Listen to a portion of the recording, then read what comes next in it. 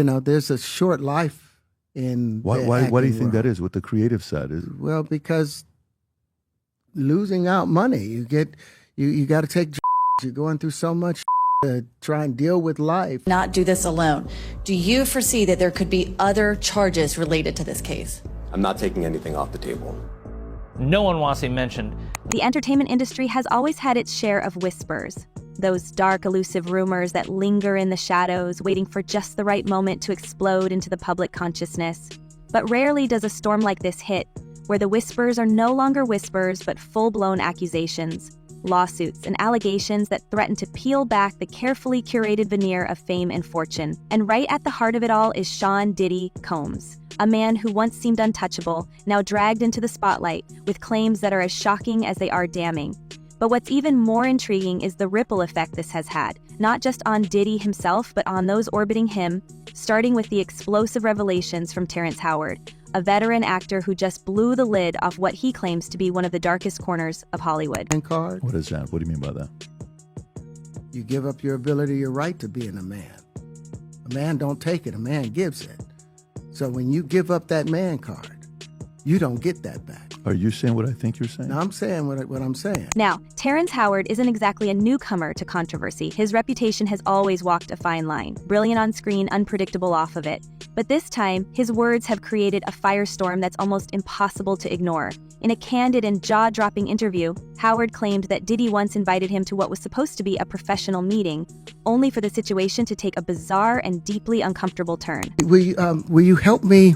I want to hear your music, so I come over there and I play the music. And he's sitting there, just looking at me, like waiting. Okay. So then my assistant was like, he wants to hang out with you next week. And I was like, for what? He's like, I think he's trying to you. That's what my assistant said. I was like, oh, okay. Now I get it. So now no more communication. According to Howard, what began as an offer to collaborate as an acting coach quickly spiraled into something far more sinister. The implication? That Diddy's motives weren't purely professional. And let's not forget Howard's cryptic comments about the so-called man card, a phrase he used repeatedly during his interview. He didn't mince words when he described how certain Hollywood players, in his view, trade their integrity and identity in exchange for fame and power. And though he never explicitly spelled it out, his tone and choice of words painted a picture that was impossible to misunderstand. That was all the people that went to the puffy parties. That was all the people that did all those things thinking that there was never going to be a consequence for what they were doing. Got punked out and pimped out by some greater desire. You shouldn't have a greater desire than being a man.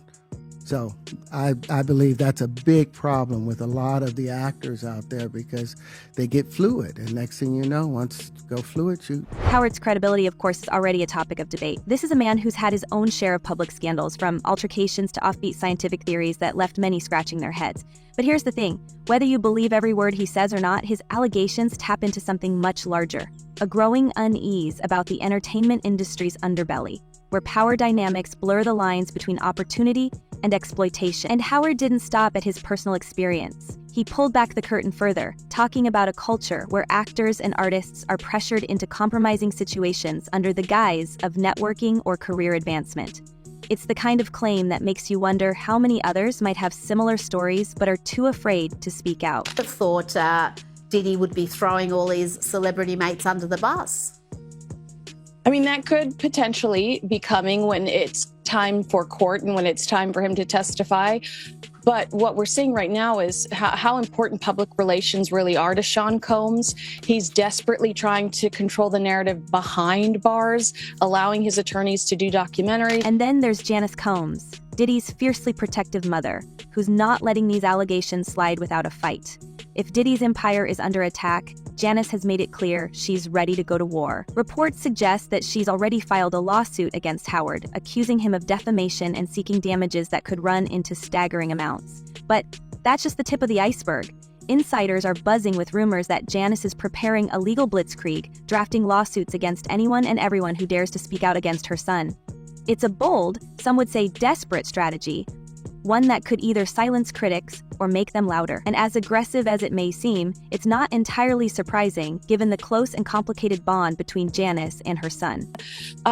What his team is trying to do is get the public to assume that the government is leaking some of this negative information about him, like that Cassie video.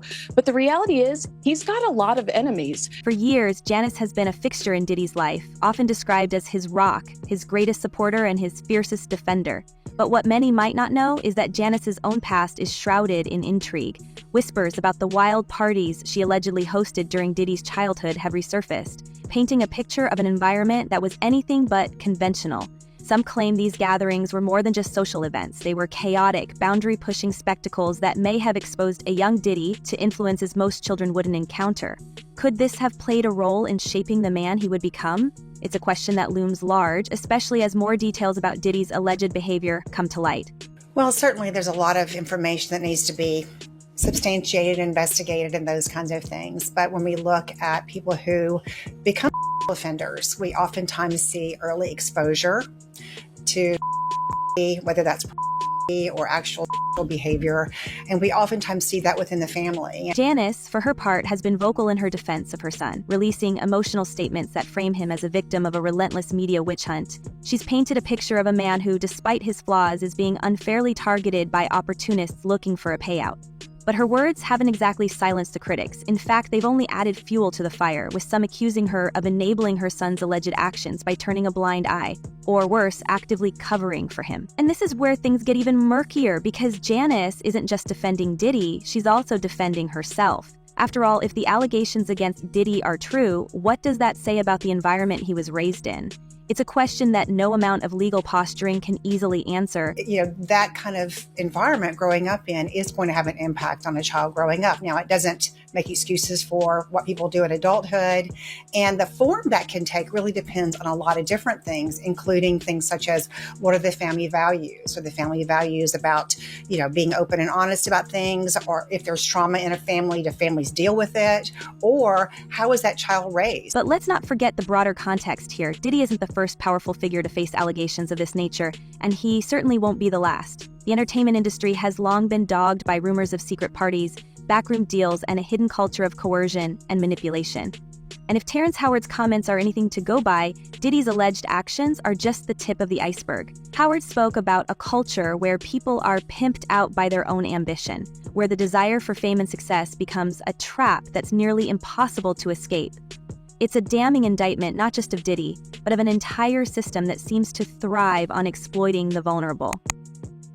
Did you ever have the opportunity where you got invited and you said no to it? Hell yeah. What was the consequences when you said no? Puffy invited me for weeks, asking me to come and teach him how to, wanted me to be his acting coach for a while. Go there and he's sitting around just looking. I'm like, okay, what's the material you want to work on? He's just looking at me. And then there are the allegations about Diddy's infamous freak-off parties, events that, according to lawsuits and insider accounts, were less about celebration and more about control. These parties allegedly involved elaborate setups, with participants flown in, rooms prepared, and a level of organization that suggests this wasn't some spontaneous night of fun. The details are lurid and shocking, involving costumes, masks, and what some describe as ritualistic humiliation. And while Diddy's legal team has dismissed these claims as absurd and fabricated, the sheer volume of allegations is hard to ignore. At the end of the day, just to tell the truth, so hopefully we can get down to the bottom of this. I'm 100%, the charges against me are 100% false, and hopefully due to time, we'll start to see that. It's not just the details of these parties that are disturbing, it's the implications. If even a fraction of these allegations are true, it raises serious questions about who else might have been involved or complicit. After all, events like these don't happen in a vacuum. They require planning, coordination, and most importantly, silence. And that silence, as we're starting to see, is beginning to crack. Whether it's Terrence Howard speaking out, alleged victims filing lawsuits, or insiders leaking stories to the press, it's clear that the dam is breaking. But as more and more details emerge, one can't help but wonder, how deep does this go? And if Diddy's empire is crumbling, is he going to take others down with him?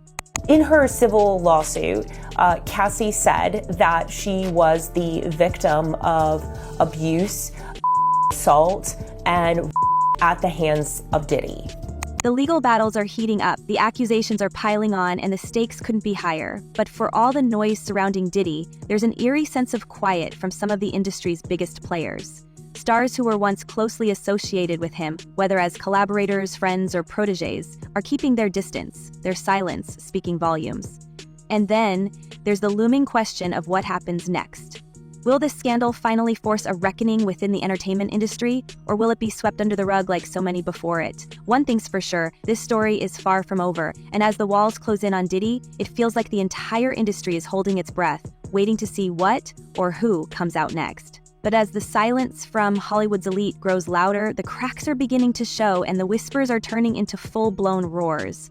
The entertainment world, once a fortress of carefully managed images and untouchable legacies, is now teetering on the brink of chaos. The fallout from Diddy's scandal is spreading like wildfire, and it's clear that no one is safe. Not the moguls, not the icons, not even the so-called untouchables. The question isn't just about what's already come to light, it's about how deep the rot goes and who else is about to get dragged into the storm. And make no mistake, this storm is only picking up speed. So remember when I said Diddy mother might be the originator of the freak-offs? All right, so apparently tomorrow there's the Peacock is dropping the Diddy documentary. It's called Diddy, The Making of a Bad Boy. And the doc gets into Diddy's childhood and his experience growing up in connection to the lawsuit and assault allegations he's currently facing. Behind the scenes, there's a palpable panic spreading through the industry. Publicists are working overtime, lawyers are fielding calls at all hours, and some of Diddy's former collaborators are reportedly scrambling to distance themselves from him as fast as humanly possible. But here's the problem. When you've built an entire career on connections, parties, and alliances, you can't just snap your fingers and make it all disappear. For years, Diddy's name was synonymous with power, influence, and excess. He wasn't just a music mogul, he was a gatekeeper, a kingmaker, someone who could make or break careers with a single phone call. And now, that same network of power is under the microscope, with everyone asking the same question. Who else knew? According to the Rolling Stone, the doc features an alleged childhood friend of Puff's, hip-hop producer Tim Dog Patterson. He alleged that Janice, Diddy's mom, would often throw parties at Diddy's childhood home. He says that during the parties, it wasn't uncommon to walk into rooms where adults was having and that was just their normal. Take the celebrities who were regulars at Diddy's infamous gatherings. These weren't just industry nobodies trying to climb the ladder. These were A-listers, household names, people who have spent years cultivating squeaky clean images. And yet, their names keep popping up in connection to events that, frankly, sound more like scenes out of a dystopian thriller than your average Hollywood. The lawsuits and insider leaks paint a picture of gatherings that were anything but glamorous once you scratched beneath the surface. And while Diddy's legal team has been quick to dismiss these claims as baseless, the sheer number of allegations makes it hard to ignore.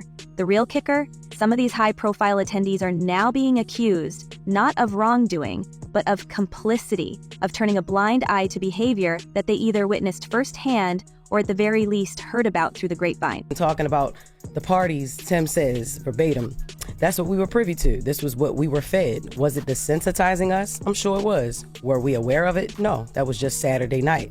In the doc, per Rolling Stone, this type of childhood is alleged to be why Tim, the longtime friend of Diddy's, Puff believes that Puff found himself in the position he is in now. What's truly chilling is the level of detail emerging from the lawsuits. One plaintiff described being led through a series of hidden tunnels connecting high-profile properties, passageways allegedly used to shuttle guests between locations without them ever being seen by the outside world.